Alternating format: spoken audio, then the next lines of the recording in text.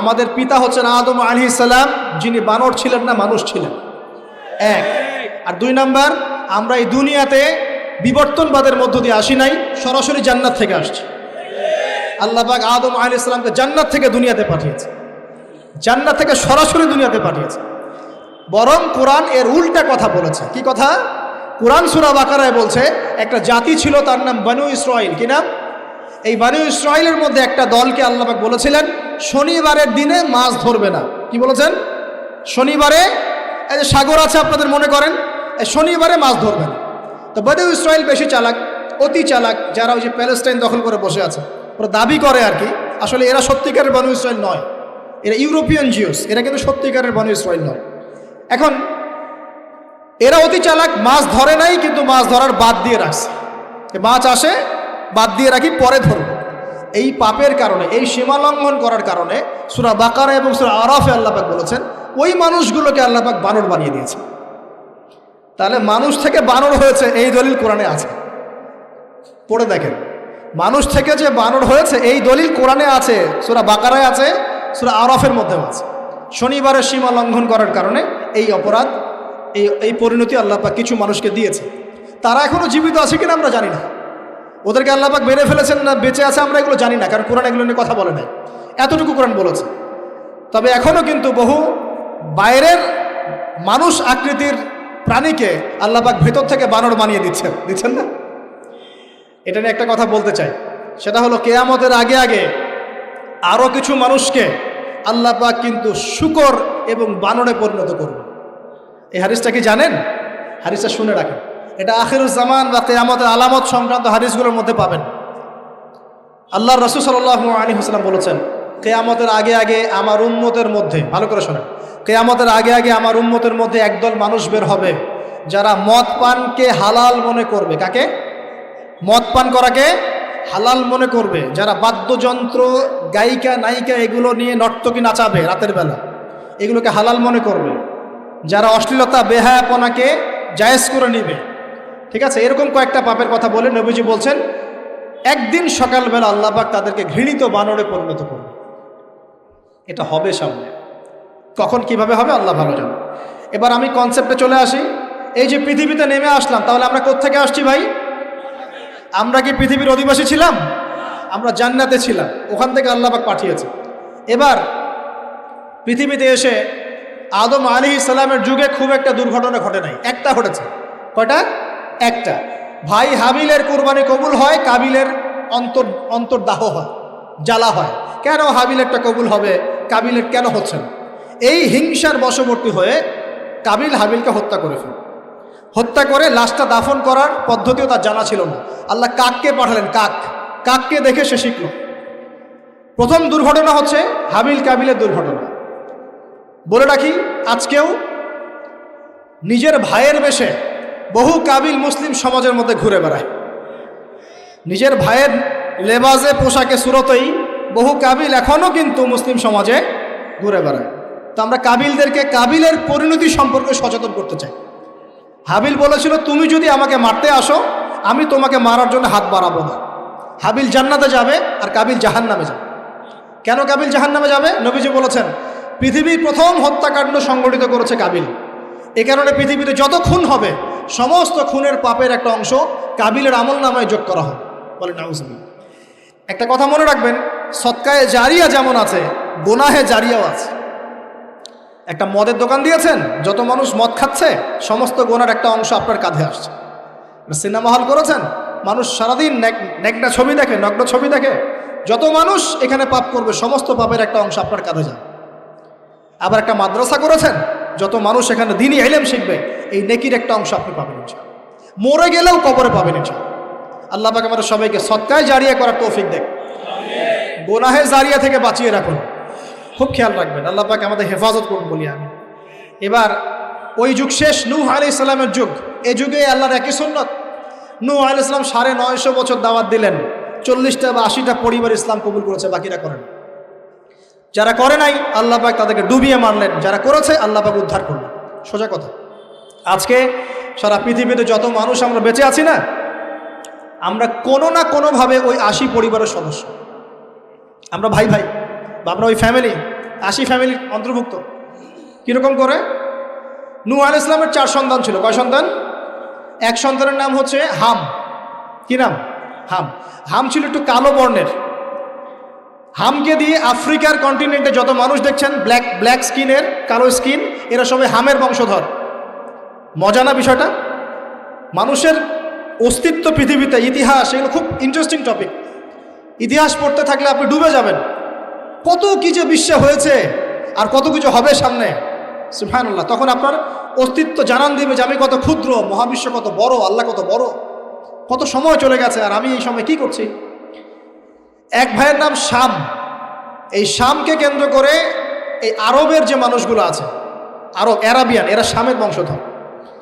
আরেক ভাইয়ের নাম ইয়াফাস। কি নাম? ইয়াফাস। ইয়াফাসের বংশধর হচ্ছে পশ্চিমারা, মানে রোমক যারা, তারা। আরেক ভাইয়ের নাম ছিল কেনান। কি নাম? কেনান। এ ইমান নিয়ে আসে নাই, ওই যে প্লাবনে ডুবে মরে গেছে। মরে যাওয়ার পরে আদম আলাইহিস সালাম বলেছিল, আল্লাহ আমার পরিবারের অন্তর্ভুক্তকে মাফ করে দাও। আল্লাহ বলেছেন, লাইসা মিন আহলিক, সে তোমার পরিবারের কেউ না। নবীর সন্তান হয়েও, নবীর সন্তান হওয়ার পরেও ইমান না আনার কারণে সে জাহান্নামে গেছে। আর আমরা আর কি এমন মানুষ, অমুক আলেমের সন্তান, অমুক বক্তার সন্তান, হ্যাঁ, অমুক পীরের নবাবজাদা, অমুক তমুক, এইসব বড়াই করে লাভ নেই। আমল, আকীদা, ইমান যদি ঠিক না থাকে, আমাদের বংশ পরিচয় আমাদেরকে বাঁচাতে পারবে, আমাদের দেশ, জাতীয়তাবাদ, বর্ণ বাঁচাতে পারবে। যার যার কবরে তাকে তাকে যেতে হবে। নিজের আমল নিয়ে ফিকির করেন, নিজের কবর নিয়ে ফিকির করেন, অন্যের দিকে চোখ দেওয়া বন্ধ করেন, আগে নিজের কবর ফিকির করেন। আল্লাহ পাক সবাইকে তৌফিক এনায়েত করুন। বলি, যারা বুদ্ধিমান তারা নিজেকে নিয়ে ব্যস্ত থাকে, যারা অহংকারী, উদ্ধত, এরা মানুষের পিছনে পড়ে থাকে। আল্লাহ পাক আমরা সবাইকে নিজের চেহারা আয়নায় দেখার তৌফিক দান করুন। হ্যাঁ প্রিয় ভাইরা, নূহ আলাইহিস সালামের যুগ চলে গেল। 950 বছর দাওয়াত দেওয়ার পরে এই পরিণতি হয়েছে। এরপরে আসছে ইব্রাহিম আলাইহিস সালামের সময়।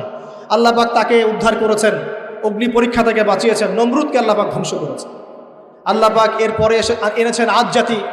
আদ জাতির হুদ আলাইহিস সালাম এবং তার অনুসারীদেরকে আল্লাহ পাক বাঁচিয়েছেন, বাকিদেরকে ধ্বংস করে দিয়েছেন ঝড় দিয়ে, বায়ু প্রবাহ দিয়ে। সামুদ জাতি এসেছে, সামুদ জাতিকে আল্লাহ পাক ধ্বংস করেছেন বজ্রপাত দিয়ে, বিদ্যুৎ দিয়ে। আর সালেহ আলাইহিস সালাম এবং তার অনুসারীদেরকে বাঁচিয়ে দিয়েছে। ফেরাউনের যুগ এসেছে, আল্লাহ পাক মূসা আলাইহিস সালাম এবং বনু ইসরাইলকে বাঁচিয়েছেন, ফেরাউনকে ডুবিয়ে মেরেছেন লোহিত সাগরে। ঈসা আলাইহিস সালামের যুগ আসছে, একই সুন্নাত। ঈসা আলাইহিস সালামকে আল্লাহ পাক শুধু রক্ষাই করেন নাই, নিজের কাছে উঠিয়ে নিয়েছেন। সুবহানাল্লাহ। তিনি আবারও আসবেন পৃথিবীতে ইনশাআল্লাহ। যতদিন না তিনি আসছেন এবং এই পৃথিবীতে 40 বছর রাজত্ব না করছেন, কিয়ামত হবে না ইনশাআল্লাহ। যতদিন পর্যন্ত ঈসা আলাইহিস সালাম আবার ব্যাক না করছেন এবং এই জেরুজালেম থেকে সারা বিশ্বে খিলাফা কায়েম না করছেন, 40 বছর শাসন না চালাচ্ছেন, কিয়ামতও হবে না ইনশাআল্লাহ। এটা সামনে অপেক্ষা করছে।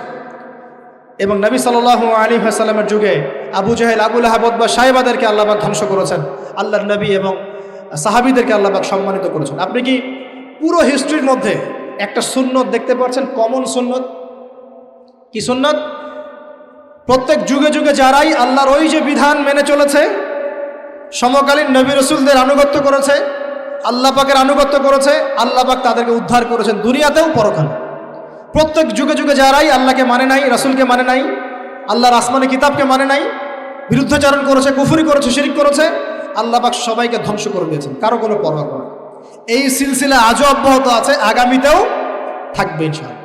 এখন আমরা যারা এখন বেঁচে আছি, আমরা নবী সাল্লাল্লাহু আলাইহি ওয়াসাল্লামের ইন্তেকালের প্রায় 1450 বছর পরের মানুষ।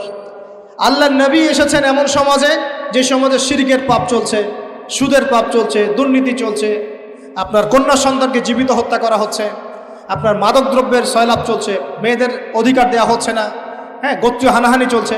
ওই সমাজটাকে তিনি 23 বছরের মধ্যে পাল্টে ফেললেন। কত বছর? 23 বছর। কিভাবে পাল্টালেন? উত্তর, তিনি প্রথমে জ্ঞানের চর্চা করেছেন। কিসের চর্চা? জ্ঞানের। আল্লাহ পাক প্রথম ওহী নাযিল করেছেন, ইকরা বিসমি রাব্বিকাল্লাযী খালাক, পড়ুন আপনার রবের নামে যিনি আপনাকে সৃষ্টি করেছেন। নবী সাল্লাল্লাহু আলাইহি ওয়াসাল্লাম, সাহাবীগণ কোরআনের 6টা হক আদায় করেছেন। কয়টা হক? 6টা। তারা কোরআন পড়া শিখেছেন। আমরা সবাই কোরআন পড়া শিখবো তো ইনশাআল্লাহ? তারা কোরআনের অর্থ শিখেছেন। আমরা কোরআনের অর্থ শিখবো তো ইনশাআল্লাহ? তারা কোরআনের আদেশগুলো মেনেছেন। আমরা কোরআনের সব আদেশ মানবো তো ইনশাআল্লাহ? তারা কোরআনের সমস্ত নিষেধগুলো বর্জন করেছেন। আমরা নিষেধ বর্জন করবো তো ইনশাআল্লাহ? তারা কোরআনের দাওয়াত মানুষের কাছে পৌঁছে দিয়েছেন। আমরা কোরআনের দাওয়াত দিব তো ইনশাআল্লাহ। এবং 6 নাম্বার, তারা কোরআনের বিধানগুলোকে বাস্তবায়ন করেছেন। আমরাও বাস্তবায়নের চেষ্টা করব তো ইনশাআল্লাহ।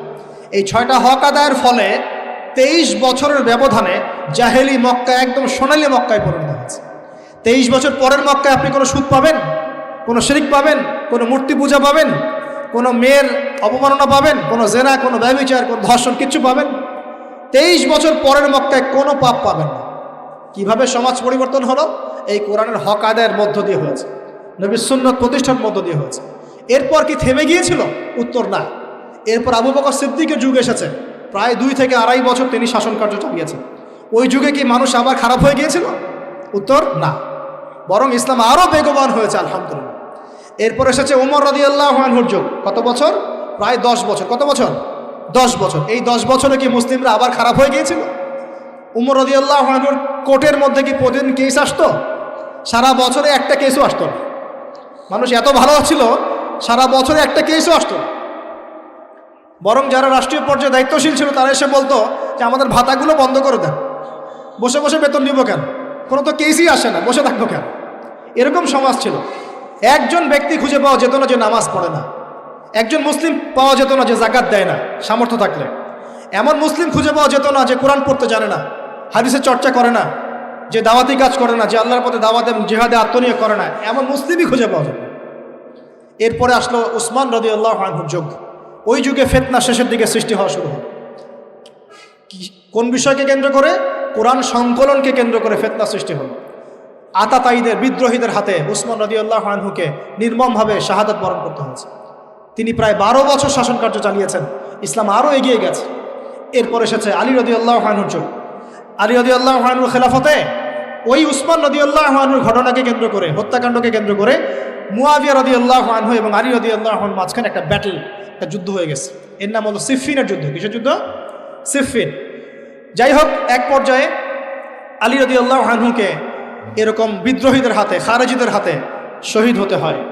বলেন ইন্না লিল্লাহি ওয়া ইন্না ইলাইহি রাজিউন। তারপরে হাসান রাদিয়াল্লাহু আনহু অল্প কয়েকদিন শাসন কার্য চালান। তারপর উম্মার ঐক্যের খাতিরে তিনি তার শাসন কার্যের ভারটাকে মুয়াবিয়া রাদিয়াল্লাহু আনহুর হাতে সোপর্দ করে দেন, যা ছেড়ে দিলেন। মুয়াবিয়া রাদিয়াল্লাহু আনহুর সময় থেকে উমাইয়াদের শাসন শুরু হয়। উমাইয়ারা শাসন করেছে প্রায় 132 হিজরি পর্যন্ত। কত হিজরি? 132 হিজরি পর্যন্ত, প্রায় 92 ইয়ার্স, 90-92 বছর তারা শাসন করেছে। এ সময় ইসলাম আরও এগিয়ে গেছে, পিছিয়ে যায় নাই। ফিতনা এসেছে, দমন করা হয়েছে। মুসলিমরা বীর দর্পে বিশ্বের বুকে শাসন কার্য চালিয়েছে। এরপর এসেছে আব্বাসীয়দের খেলাফত। জাব নদীর যুদ্ধে উমাইয়াদের পরাজয়ের পরে আব্বাসীয়রা ক্ষমতায় আসে। তারাও ইসলামকে এগিয়ে নেওয়ার চেষ্টা করছিল, ইসলাম এগিয়ে যাচ্ছিল, জ্ঞান বিজ্ঞানের প্রসার হচ্ছিল। আলহামদুলিল্লাহ, ইসলাম পিছিয়ে যায় নাই, মুসলিমরা পিছিয়ে যায় নাই। সারা বিশ্বে দাপটের সাথে আমরা চলেছি। তারপর আস্তে আস্তে ওই আব্বাসীয়দের পতন শুরু হলো। কাদের হাতে? এই তাতারিদের হাতে, মঙ্গোলিয়ানদের হাতে। মাত্র 40 দিনের ব্যবধানে পুরো বাগদাদের মধ্যে প্রায় 20 থেকে 25 লক্ষ মানুষকে হত্যা করা হয়েছে। বাইতুল হিকমা ধ্বংস করে দেওয়া হয়েছে, লাইব্রেরি ধ্বংস করে দেওয়া হয়েছে, বইপত্রকে নদীতে ফেলে দেওয়া হয়েছে। তারা ছিল উগ্র জাতি। মঙ্গোলিয়ানদের নাম শোনে নাই? হালাকু খান নাম শুনেছেন? চেঙ্গিস খান, হালাকু খান নাম শোনে নাই? ওদের হাতে মুসলিমদের ব্যাপক দমন পীড়ন সহ্য করতে হচ্ছে। এভাবে যুগে যুগে তারপর ক্রুসেডাররা আসছে। ক্রুসেড 1টা 2টা 3টা ক্রুসেড হচ্ছে। আস্তে আস্তে উসমানীয়দের রাইজিং হয়েছে, ফাতেমি খেলাফত এসেছে, মামলুকদের শাসন এসেছে, এদিকে মোগলরা শাসন করেছে, কর্ডোভার দিকে আব্দুর রহমান তারা শাসন করেছে। মানে এক কথায় সারা বিশ্বে মুসলিম শাসন ছিল। অটোমান এম্পায়ার 1923 এই সময়ের দিকে, 1914 থেকে 1923 এই সময় পর্যন্ত অটোমান এম্পায়াররাই বিশ্বে ছিল। তারপর প্রথম বিশ্বযুদ্ধে যখন তারা রাশিয়ার পক্ষ নেয়, এরপরে ব্রিটেন যখন জয়লাভ করে, এই সময় থেকে মুসলিমদের ডমিনেটেড হওয়ার সময়টা শুরু হয়েছে। তারপরে মুসলিমরা আস্তে আস্তে রাষ্ট্র ভাগ করে ফেলেছে। প্রত্যেক রাষ্ট্র টুকরা টুকরা হয়ে গেছে, ইউনিটি নষ্ট হয়ে গেছে, রাষ্ট্রের ভিতরে বিভিন্ন ফাসাদ তৈরি করে দেওয়া হয়েছে, মুসলিমদের ঐক্য ভেঙে গেছে, ইকোনমি দুর্বল হচ্ছে। সব মিলিয়ে আজকে মুসলিমদের আজকে এই অবস্থা হচ্ছে। আমাদের এখন যুবকরা চিনে না আল্লাহকে, নামাজ পড়তে মানুষ খুঁজে পাওয়া যাচ্ছে না, জাকাত দেওয়ার মানুষ পাওয়া যায় না। রমজান মাসে পার্ট টাইম রোজা রাখে, পার্ট টাইম তারাবি পড়ে, পার্ট টাইম জুমায় আসে, পার্ট টাইম ঈদে নামাজ পড়ে। প্রজন্ম আস্তে আস্তে এই জায়গায় চলে আসছে। আল্লাহকে চিনে না, রাসূলকে চিনে না, ইসলামের হিস্ট্রি জানে না, আমাদের শেকড় জানে না। এমনি এমনি হয়নি, লাস্ট 100 বছরে এই জায়গায় আমরা আসছি। লাস্ট 100 বছর হিস্ট্রি ভালো করে পড়ে দেখবেন, বলার সময় নাই এখানে। লাস্ট 100 বছর হিস্ট্রি পড়ে দেখবেন যে জায়গায় আমরা ছিলাম সেখান থেকে একদম তলানিতে নেমে চলে আসছি। এখন প্রশ্ন হচ্ছে, এই অবস্থায় কি চিরস্থায়ী থাকবো, নাকি এখান থেকে আমরা সামনে যাব? সামনে যে এমনি এমনি যাওয়া হবে না এটা নিশ্চিত। সামনে যাওয়ার জন্য কিছু কাজ এবং ক্রাইটেরিয়া মেনটেন করতে হবে। আমরা জানি এরপরে আসবে ইমামুল মাহদির শাসন, তারপরে আসবে নবী ঈসা আলাইহিস সালামের শাসন, তারপরে দাজ্জালকে মেরে ফেলা হবে। আর দাজ্জালকে মেরে ফেলার আগে দাজ্জাল তার অনুসারীদেরকে নিয়ে বিশ্ব শাসন করবে 40 বছর। 40 বছর না, 40 দিন। 40 দিন। প্রথম দিন হবে 1 বছরের সমান, দ্বিতীয় দিন হচ্ছে 1 মাস, তৃতীয় দিন 1 সপ্তাহের সমান। তারপরে দিনগুলো আমাদের দিনের মতোই। এরপর ঈসা আলাইহিস সালামের আগমনের মধ্য দিয়ে তার ধ্বংস হবে। এরপর ইয়াজুজ আর মাজুজ বের হবে। ইয়াজুজ আর মাজুজ খুব হিংস্র হবে, তাদেরকে হত্যা করার ক্ষমতা মুসলিমরা থাকবে না। মুসলিমরা তুর পাহাড়ে আশ্রয় নেবে। আল্লাহ পাকের গজবে তাদের ঘাড়ের মধ্যে একটা ভাইরাস জন্ম নেবে, এতে তারা মারা যাবে। বড় বড় নখরওয়ালা প্রাণী আল্লাহ পাঠাবেন, পাখি, এরা এসে এদেরকে উঠিয়ে উঠিয়ে কোনো জায়গায় ফেলে দিবে, মহাবিশ্বের কোনো এক জায়গায় এনে ফেলে দেবে। তারপর আল্লাহ পাক বৃষ্টি বর্ষণ করবেন, প্রচুর বৃষ্টি বর্ষিত হবে এবং বিশ্বের এই জমিনটা উর্বর হবে। তখন একটা ডালিম দেখেছেন ডালিম? একটা ডালিম একটা পরিবার খাবে। একটা ডালিমের খোসার মধ্যে একটা পরিবার আশ্রয় নিতে পারবে। এত বড় বড় ফসল হবে।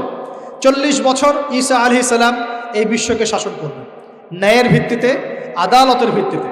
ঘাটে মহিষে 1 ঘাটে পানি খাবে, বাঘে মহিষে 1 ঘাটে পানি খাবে, কেউ কারো উপর জুলুম করবে না। এরপর তার বিয়ে শাদী হবে, সন্তান হবে এবং তার ইন্তেকালও হবে স্বাভাবিকভাবে, এবং তাকে দাফন করা হবে নবী মুহাম্মদ সাল্লাল্লাহু আলাইহি ওয়াসাল্লামের কবরের পাশে, রওজার পাশে। এরপরে মানুষ আবার খারাপ হওয়া শুরু করবে। এতটা খারাপ হবে যে মানুষ রাস্তার মোড়ে মোড়ে জেনা ব্যভিচারে লিপ্ত হবে, না কুকুর শেয়ালের মতো। এই অবস্থায় পশ্চিম দিক থেকে সূর্য উঠবে এবং ব্যবসায়ী ব্যবসা করতে বসেছে, কাপড় খুলেছে, এই কাপড় গুটিয়ে নেওয়ার আগে কিয়ামত হয়ে যাবে। একজন ব্যক্তি পানির বোতল খুলেছে, পানি মুখে দেওয়ার আগেই কিয়ামত হয়ে যাবে। একজন ব্যক্তি বাসা থেকে বের হয়েছে, বাসায় ফেরত যাওয়ার আগে কিয়ামত হয়ে যাবে। উটকে পানি পান করানোর আগে কিয়ামত হয়ে যাবে। ওই সময় তওবার দরজা বন্ধ হয়ে যাবে। এই ইসরাফিল আলাইহিস সালাম সিংহায় ফুঁক দিয়ে দিবেন, মহাবিশ্ব ধ্বংস হয়ে যাবে। আল্লাহ পাক দ্বিতীয় ফুৎকারের মধ্য দিয়ে আবার সবাইকে উঠাবেন এবং এই দুনিয়ার জীবনে আমরা যে কাজগুলো করেছি এর হিসাব আমাদেরকে দিতে হবে। সেদিন যদি আমরা আল্লাহর কাছে প্রত্যেকটা কাজের হিসাব দিতে পারি, কোরআন সুন্নাহর উপর থাকতে পারি, আল্লাহর বিধিবিধান মেনে চলতে পারি, এই কারাগারের জীবনে আল্লাহর বিধান মেনে চলতে পারি, ইনশাল্লাহ যেই জান্নাত থেকে আসছি আবার সেখানে ফিরে যাবো। আর যদি ওই দিন আমরা হিসাব দিতে ব্যর্থ হই, আল্লাহ না করুক, তাহলে ওই ইবলিসের সাথে, তার অনুসারীদের সাথে আমাদের সবাইকে জাহান্নামে থাকতে হবে বলে না। এভাবে হিস্ট্রি শুরু হয়েছে, হিস্ট্রি শেষ হবে। এই দুনিয়া চিরস্থায়ী হবে না, আর আমাদের অবস্থা এমন থাকবে না। এখন শেষ কথা হচ্ছে, এই অবস্থা থেকে উত্তরণের জন্য আমাদের কি করণীয় হচ্ছে? উত্তর, আমাদের প্রথম দরকার জ্ঞান চর্চা। কি দরকার ভাই? জ্ঞান চর্চা। প্রচুর জ্ঞান চর্চা প্রয়োজন, জ্ঞান নাই কিছুই করতে পারবে না। দ্বিতীয় কাজ হলো আমাদের সবার দরকার জানা অনুযায়ী আমল করা। জানা অনুযায়ী আমল করা, যে যত বেশি জানি আমল করার চেষ্টা করি, আল্লাহ পাক তৌফিক দান করুন। এরপর দরকার আদর্শ পরিবার গড়ে তোলা। পারিবারিক আদর্শ সুন্দর হলে পরে সমাজটা সুন্দর হবে ইনশাআল্লাহ। আল্লাহ পাক আমাদের সবাইকে আদর্শ পরিবার গড়ার তৌফিক দান করুন। দিনদার মেয়েকে বিয়ে করবেন, দিনদার ছেলেকে বিয়ে করবেন, অল্পে তুষ্ট থাকবেন, পরিবারের বিষয়ে সবর করবেন এবং সন্ততিদেরকে মানুষ করে যাওয়ার চেষ্টা করবেন। এরপর দরকার আমাদের হালাল রিজিক। সবাই যদি হালাল রিজিকে সন্তুষ্ট থাকি, সমাজের মধ্য থেকে অন্যায় এমনি অটোমেটিক কমে যাবে ইনশাআল্লাহ। প্রত্যেকটা কাজ করার আগে চিন্তা করব কিভাবে করলে হালাল হবে, কিভাবে করলে হারাম হবে। এরপর দরকার নবী সাল্লাল্লাহু আলাইহি ওয়াসাল্লামের সুন্নাহ মাফিক জীবন গড়া। 24 ঘন্টার দিন রাতে যে কাজগুলো আছে, এই কাজগুলোকে নবীর সুন্নত অনুযায়ী করার চেষ্টা করব, আল্লাহ পাক তৌফিক দান করুন বলি। আরও দরকার আমর বিল মারুফের কাজ করা, মানে সৎ কাজে আদেশ করা। আমাদের সবাইকেই দাওয়াতি কাজ করতে হবে। একজন দুজন করবে, বাকিরা করবে না এমন নয়, সবাইকেই পার্ট টাইম হলেও দাওয়াতি কাজ করতে হবে। নামাজ আপনি পড়ছেন, নামাজের দাওয়াত দেন। আপনি জাকাত দিচ্ছেন, জাকাতের দাওয়াত দেন। আপনি রমজান মাসে রোজা রাখছেন, অন্য ভাইকেও রোজা রাখতে উৎসাহিত করেন।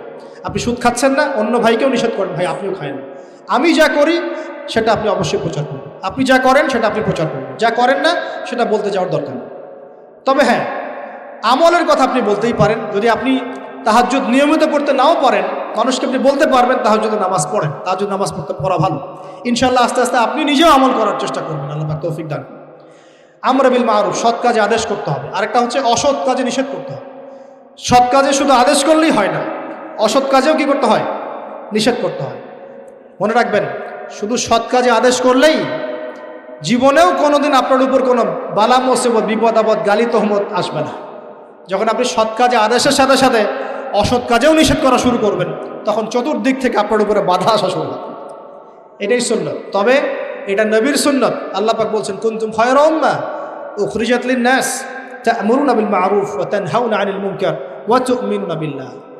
আর আমাদের দায়িত্ব হচ্ছে পরবর্তী প্রজন্মকে মানুষ করে যাওয়া, নিজেদের জানমাল সময় শ্রম দিয়ে আল্লাহর জমিনে আল্লাহর দিনটাকে প্রচার করা, প্রসার করা, প্রতিষ্ঠার চেষ্টা করা, এবং চরমপন্থী না হওয়া, আবার গোলালু মার্কা শৈথিলতাবাদীও না হওয়া, মধ্যমপন্থী থাকা, নিজের দায়িত্ব পালন করা, অন্যকে দিনের দিকে ডাকা, আমাদের ঊর্ধ্বতন কর্তৃপক্ষ যারা থাকবে সবার সামনে ইসলামটাকে যুগোপযোগীভাবে সত্য মিথ্যাকে স্পষ্ট করে দিয়ে উপস্থাপন করা। তারা যদি কবুল করে আলহামদুলিল্লাহ, যদি নাও করে তাদের দায়িত্ব তাদের, আমাদের দায়িত্ব আমাদের। That's all. আল্লাহ রাব্বুল আলামিন আমাদের সবাইকে কুরআন সুন্নাহ মাফিক জীবন করার তৌফিক দান করুন, বলি আমিন। আমাদের সবাইকে আল্লাহ পাক পুরো ওয়ার্ল্ড হিস্ট্রি পড়ার তৌফিক দান করুন, কোরআনের জ্ঞানী হওয়ার তৌফিক দেখ, এর অর্থ বোঝার তৌফিক দান করুন, নবীর সুন্নাহ মাফিক জীবন করার তৌফিক দান করুন, হালাল খাওয়ার তৌফিক দেখ, আদর্শ পরিবার গড়ার তৌফিক দান করুন, এবং দিন ইসলামকে বিজয়ী করার জন্য আমাদের জানমাল সময় শ্রম ব্যয় করে আল্লাহর পথে কাজ করার তৌফিক এনায়েত করুন। সকলেই বলে আমিন। আকুলু কাওলি হাযা আস্তাগফিরুল্লাহ লি ওয়া লাকুম ওয়া লিসাইরিল মুসলিমিন।